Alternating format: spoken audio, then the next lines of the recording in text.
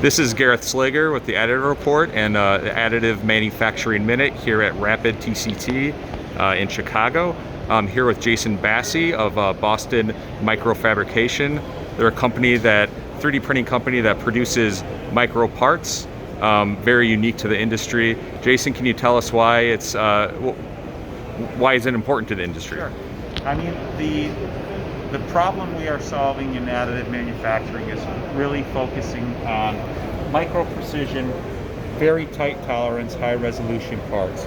So we launched our new ceramic materials here at RAPID, which is very unique in and of itself, but the ability to print at the scale and the precision that we print at. So ceramics offers the opportunity to really start focusing on end-use applications within various markets. Markets like medical device, electrical connectors, antennas, RF applications. This is alumina, and then we also have magnesium titanate. And this is, we believe, we are the only 3D printing company to be able to print with this material. So we're excited to launch these new materials along with our existing products and new products here at RAPID.